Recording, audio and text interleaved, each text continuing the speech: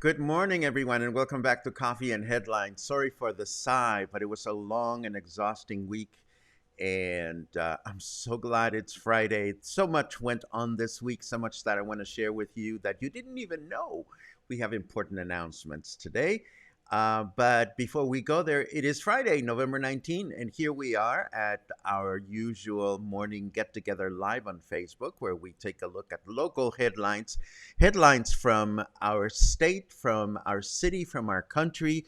We take a look at the volume indicator. I hope you guys are hearing me okay. Somehow it seems to me that our volume levels went down on their own. Let me see if I can just crank this up a little bit more. Hopefully this is sounding good. Okay, so yes, it is Friday. It was a crazy week, but I'll tell you all about it in a second. Before we do that, as always, I want to make sure that if you are new to these broadcasts, you feel inclined to let us know. You can do that by writing the word new in your comment, and we will be so very happy to give you a proper welcome. Also, if there is something really important, no sound from me, says Lena Stern. Wow, the sound of silence, says Simon and Garfunkel. I don't know what to tell you, Lena. We have sound, and I think sound is good. Bill Chesney just told me that volume is okay. Thank you for the confirmation. And John says, I hear you fine. So I don't know what to tell you, Lena. Maybe you need to restart your broadcast. Anyhow,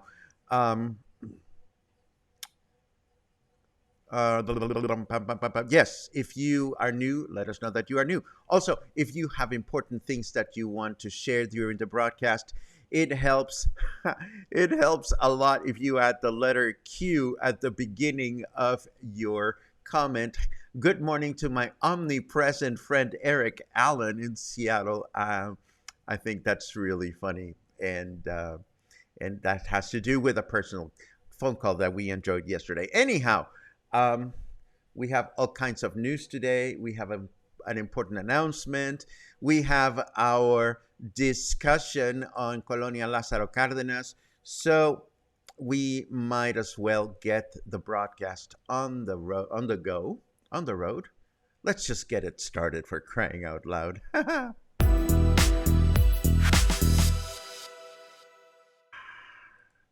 Okay, so I'm happy it's Friday. I don't know about you. Anyhow, let's see. Water shortages continue in parts of Pitillal due to the low pressure in the water system. This, of course, has forced CEPAL to implement emergency pipe water distribution to support folks living in this part of town. But apparently now Pitillal and Conchas Chinas have one more thing in common. You see, the hills of Conchas Chinas are also now experiencing a similar water shortage. So CEPAL also has to bring water pipes to this other neighborhood to make up for the problems. In Conchas Chinas, however, we have a very clear idea of the source of the problem. You see, apparently, the nice folks that oversee the real estate project that collapsed on Santa Barbara Street a few months ago have failed to do anything about fixing the damage they created. And of course, this is affecting water distribution in Upper Conchas Chinas. When will the nice folks from the construction company behind the collapsed Serena real estate project do something about the pipes that they broke or about repairing the damage to Santa Barbara Street? Well, that is a good question, isn't it? Another good question is this whole business of whether there will be peregrinaciones or processions for the Virgin of Guadalupe in December or not. It depends on who you ask. Governor Alfaro said no, and so did the bishop that oversees the diocese that oversees our Catholic region. But the local priest came up with another version, and now it's all kind of up in the air.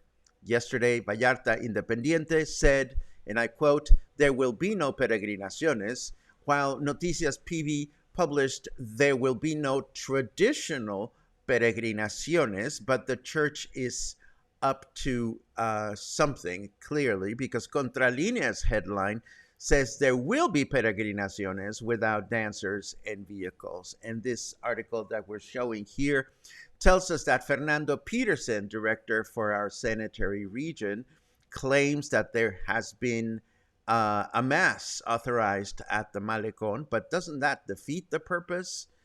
All I can tell you is if you want clarity about the processions, you'll probably have to wait. And if you don't want to be surrounded by crowds, avoid downtown Puerto Vallarta altogether during the first 2 weeks of December. I am sure that the Virgin of Guadalupe will not hold it against you if you go visit her during other times of the year. Meanwhile, the Jalisco Bar Association is all giddy because Posada season is coming. You know, Posada is the traditional pre-Christmas parties. And this means that the first 2 weeks of December are pivotal for local bars to make up some of the lost revenue from the previous months. And I'm sure nothing makes the Virgin of Guadalupe happier than a bunch of people drinking on her behalf. Again, if crowds are not your thing, maybe stay home. And if you go to the bars, just be mindful of the guidelines. Just saying. And of course, December is Aguinaldo season, and Aguinaldo is that extra bonus that salaried employees in Mexico get by law before the middle of December. And while Mayor Michel promised that he wouldn't add to the debt that Puerto Vallarta has already incurred, apparently he's hoping that the city council will approve a loan he's hoping to request for 80 million pesos to pay for salaries and aguinaldos. Didn't they just say that there was money available in the municipal funds? Who knows? It's Who Knows Friday. We have one more from the Tourism Expo that took place this week in Merida. According to this report, and these are very good news, the Puerto Vallarta Tourism Board held over 100 meetings during the event with travel agents, with airlines, with specialized press representing 16 different countries to promote Puerto Vallarta while the event took place. According to official numbers, the 45th Tianguis Turístico or Tourism Expo increased attendance by 12% when compared to the previous edition, and this is good news for our city, of course. Of course, we don't get to see the rewards from these meetings for a few months or maybe even a few years, but it is good to know that Puerto Vallarta was well represented and that so many people, involved in the travel industry expressed interest in our city as a destination. And we already knew this, sort of, but this article from Tribuna de la Bahía reminds us that the repairs along Insurgente Street at the Rio Cuale are moving slower than anticipated. Will the new bridge be ready by the end of December as announced? This is very unlikely. And now we turn over to the weather to see what we can expect during the weekend. Yes.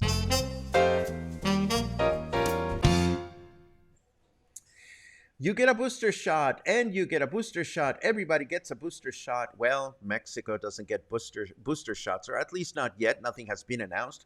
But this is what Snarky Weather has to say for us today. It also says that we are now enjoying a temperature of 28 degrees Celsius, humidity at 55%, and a temperature in Fahrenheit of 82 degrees. Our weather forecast for today: humid through the day with a high temperature of 32, low temperature of 21. Tomorrow it will be humid again, high temperature of 32, low temperature of 20. And Sunday, humid through the day with a high temperature of 32 and a low temperature of 19. I don't know about you, but it's getting warmer. I mean, colder in the mornings, and I'm finding myself needing to snuggle a little bit of extra time with Luna before I start with my obligations. Let me set up our our neighborhood profile, and that's ready to go. But before we go to the neighborhood profile, I have an important announcement to. Oh no! Before even we get to that, I have some housekeeping that I want to tackle. First of all, in looking at your comments, I failed to acknowledge that a few days ago we discussed homelessness here in Puerto Vallarta, and I must tell you that your comments on that particular broadcast were very, very thoughtful and very much on the mark. And I was so happy to see that many of you are concerned about this, and many of you agreed with me on the fact that dealing with homelessness is a complicated matter. Something else that I want to talk about is, and some of you may think this is just obnoxious of my part, but I was left wondering. I received a press release from Vallarta Abuelos. They are organizing an event in December to fundraise for their pursuits, which I understand they raise money to for children, and we have all the details on the event, and we'll share more information about this when the event is nearer. But in the meantime, I was quite intrigued by the fact that the event said they are organizing a traditional American Christmas bazaar. And that phrase just rubbed me funny. I mean, is this a bazaar for traditional Americans? So what about the Democrats? Is this a bazaar that is a traditional experience in America? In America, I guess it's the United States. How is this different from a traditional Mexican Christmas bazaar or a French Christmas bazaar? I was a little lost in this little phrase, and I'm sure it's no big deal.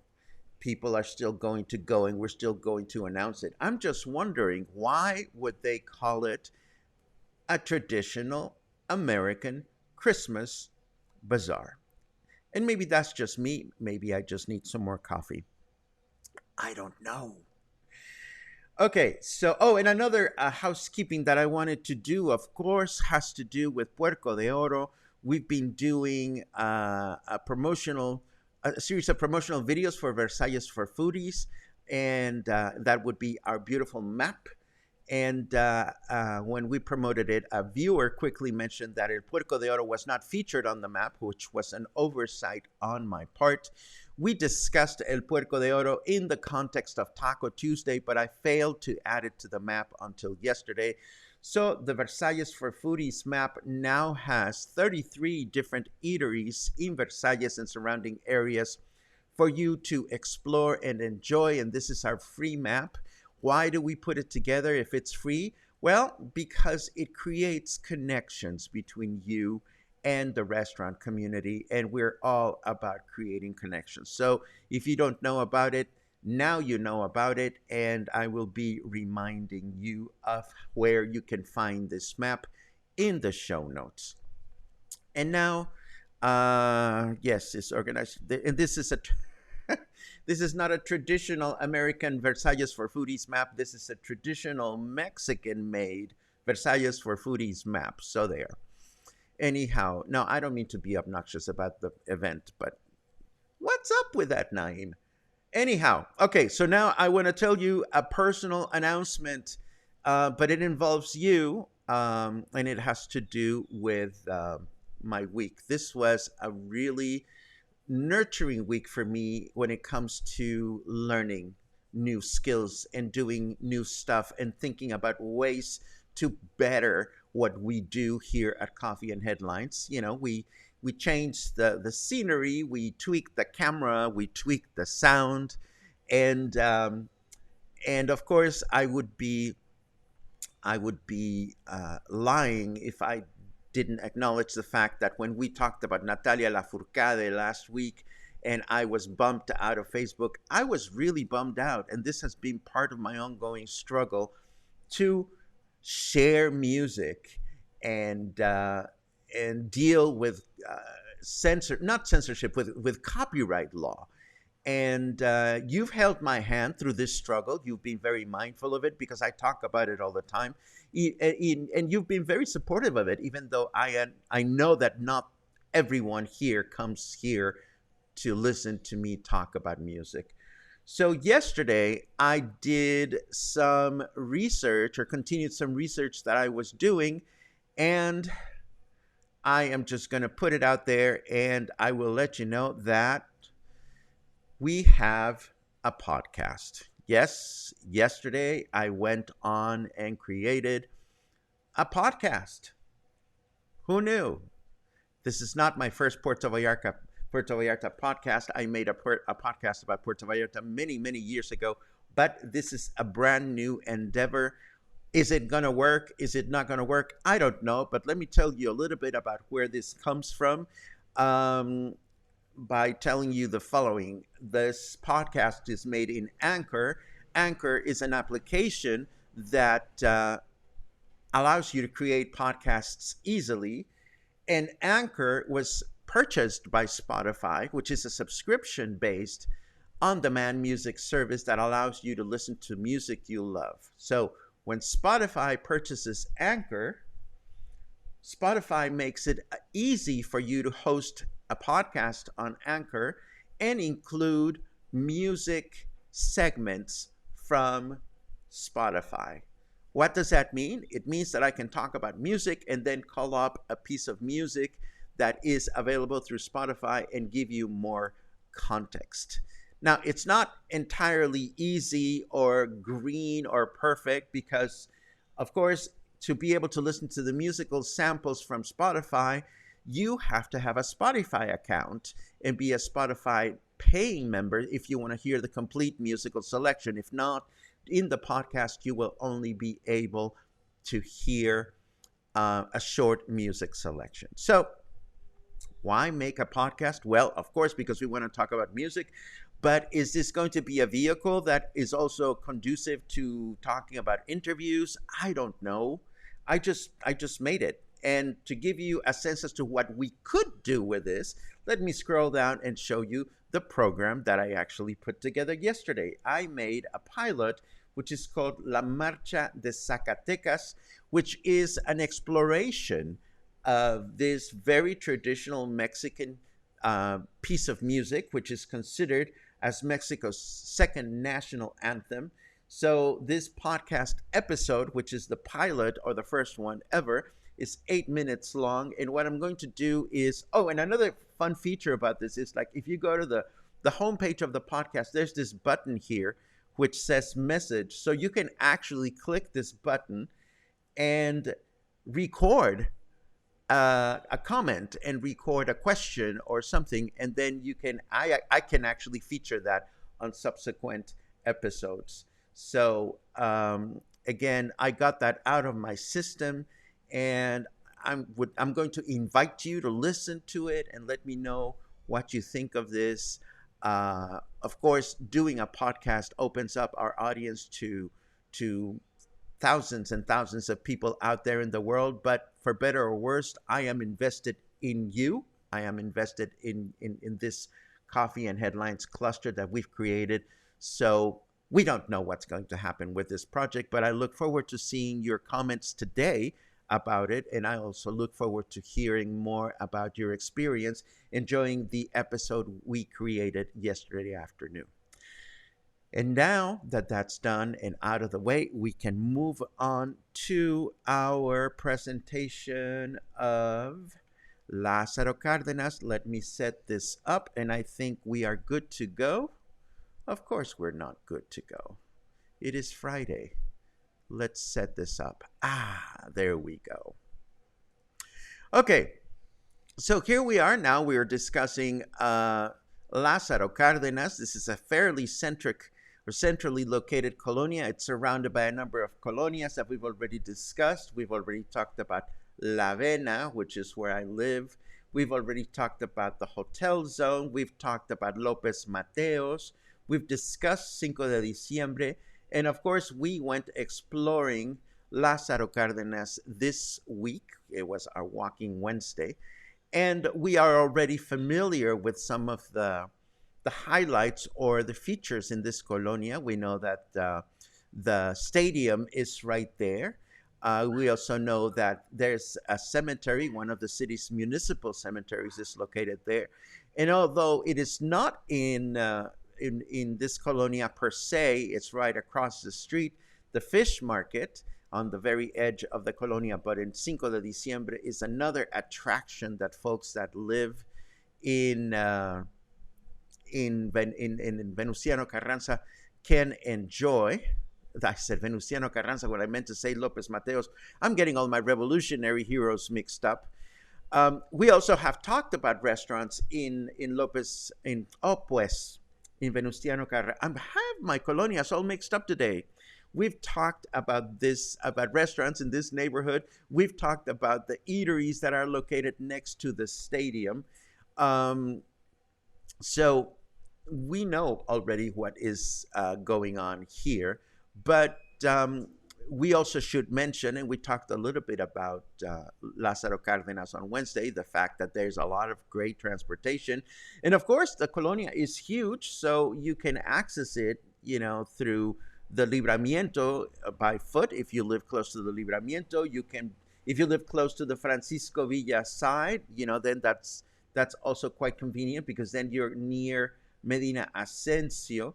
So I loved walking through the colonia and learning a little bit more about it. And of course, there's the dude himself. We can't forget about him. Last but certainly not least, there is Lazaro Cardenas himself. Big cheeks. Lazaro Cardenas del Rio was a Mexican army officer and politician. He was the general in the Constitutionalist Army during the Mexican Revolution. He was also a statesman who served as president of Mexico between 1934 and 1940. Among his major accomplishments during his presidential period, we have the Reforma Agraria, or agricultural reform. So it is thanks to this guy that you cannot simply waltz into Mexico and purchase land as a foreigner. And all those real estate types that are constantly asking about ejido land and ejido property and whether you can build an ejido or not. Well, the land belongs to those that farm it, and that's what ejidos are all about. And Lázaro Cárdenas made it happen. He also nationalized all petroleum and oil reserves, facilities, and foreign oil companies operating in Mexico. And he was instrumental in providing Spain asylum during that country's civil war. So that is what the name of Lázaro Cárdenas comes from. And this is our little neighborhood profile for today. I forgot to mention, of course, that our neighborhood profile for next week will be Pitillal Centro, which is pretty timely because there's all kinds of wonderful shopping to be had in downtown Pitillal. And of course, particularly now with the holiday season around the corner, if you want a traditional Mexican Christmas, as opposed to a traditional American bazaar, if you want a traditional Mexican Christmas, Pitillal Centro is the place to go shopping. And we will take you there. We will do walking tours and we will do all kinds of chingaderas this week to make sure that you feel inclined to explore Pitillal if you haven't. It is a fun neighborhood. So let me take a quick look at your comments for today. Thank God it's Friday, and thank God it's over. Oh, and by the way, we're not only exploring podcasts, we're also exploring interviews. Your comments about the fact that we used to have interviews and we haven't had interviews in a while have not been lost in the shuffle. We are still finding the easiest and most creative ways to do interviews while we're doing the show. That would be online interviews, and also doing on-site interviews and making sure that we have all the gear that we need, microphones and technology, to make sure those happen beautifully. I was just looking at an interview that I did with uh, not Cassandra, but with Candace Shaw, about the train, the Chepe, and the sound was horrible. And you deserve better than that. So we are still looking at most efficient ways to improve the quality of our interviews before we start doing more of them.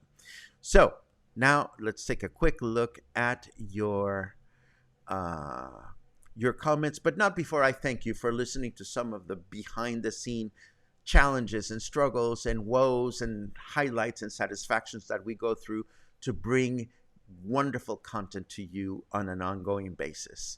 Let's see what we have.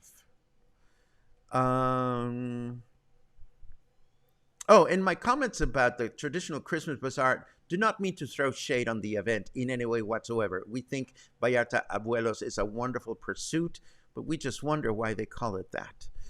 Um, let's see, lots of good mornings. Thank you very much for those. Uh,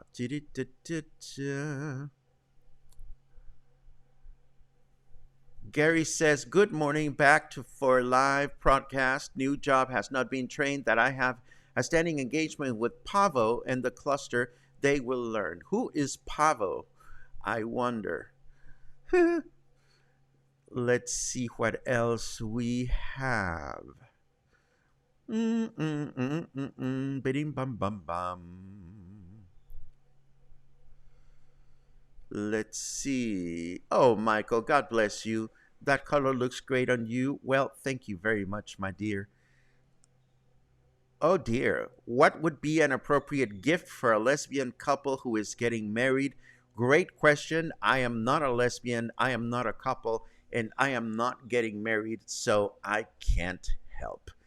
But what I usually do when it's time to gift anything these days is, rather than taking a wild guess, is I will talk to the person involved and say, I'm sure you'd rather be surprised, but in this day and age where consumerism is all over the place, I really want to give you something that will improve the quality of your life. What might that be? I mean, I'd rather ask and just get it right rather than speculate. But Claude, maybe you will get some awesome suggestions here at the cluster. Um, let's see. Ooh, you got a lot of comments. If they live in Puerto Vallarta, a card certificate to Liverpool has worked for me as giving a gift. It's a little impersonal, but they can buy something for their home. That kind of goes along the lines of what I was suggesting. If you know the couple very well, so then maybe you can give them something that you already know they want or need. But if you don't know them very well, maybe um, you know something from a big department store is a good idea. Ah, I know the couple you're referring to. Yes, of course, these are good friends of yours. Well, again, money in a card or a gift certificate is probably the most useful thing. And again, if I got a card as a gift certificate, I would not certainly hold it against the person that gave it to me. Quite the contrary, I would be very touched by the fact that that person or people even had the gesture. So there you have it. Da da da da da, bada bim bum bum. Lots of comments. Karen says, time for that poll on when we think the bridge we completed. Yes, you suggested it a couple of weeks back. Let's do that in December, Karen. and let's laugh about our speculation. Let us ask it in December, and we'll say we'll pinpoint specific weeks of December or January or February, and maybe we'll find a prize for whoever got it right. I don't know. We'll think of something. Let's see what else we have. Uh, Germany is well known for Christmas markets. Maybe we should have a traditional German Christmas bazaar. Linda agrees with me. Traditional American Christmas bazaar seems odd. Okay, so it's not just me. Let's see what else. Terry thinks maybe they will be playing Bing Crosby on the speakers. I'm loving that. I'm dreaming of a white Christmas. Michael says, we are living in Mexico. Why not learn new traditions? Well, again, this is, I don't know. I don't know. Maybe they'll change the name. Maybe they'll think about this. Cindy says, I have no idea what traditional American bazaar even means. There you go. And then we move into podcast comments. Yay to music. There you go. Michal says, we have Christmas bazaars in Canada. No one ever calls them traditional Canadian. Weird, I think. There you go. Let's see. It may be because the abuelas is supported mainly by Americans here and knob, so they may be using the phraseology for fundraising. Well, if they want to get Americans to fundraise, then that would work just fine. But, wouldn't that alienate other people? Just asking. We want the event to be successful, so,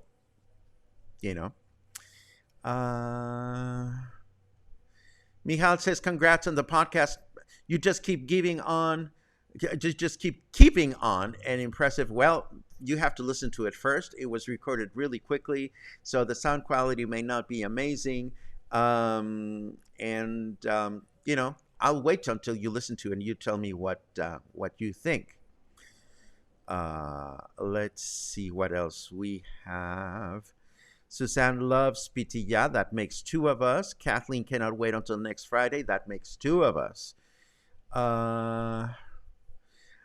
Paco, I love how you're constantly growing the show, looking at new ideas, the new ways of promoting knowledge. Well, there are other video things going on now. There didn't used to be, and I just want to make sure that we continue to be your favorite source for English-speaking information, and that's important here.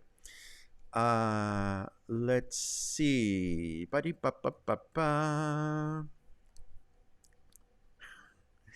Kate says, there's no such thing as traditional American bazaar. Fair enough. If you need a good sound guy, Bill Bass is a retired sound man. Bill and I know each other. John, thank you very much for the suggestion. We've talked about microphones before. And that brings us to the end of today. And I did notice a comment earlier that somebody said, now I have to figure out Spotify. And that's another thing that concerns me. We stick to Facebook because it's very easy to go to Facebook. I am going to find out if it's easy to embed the podcast in the show notes, so maybe you can listen to it from there. And that's part of the homework that I will embark on right after the broadcast. So we're done.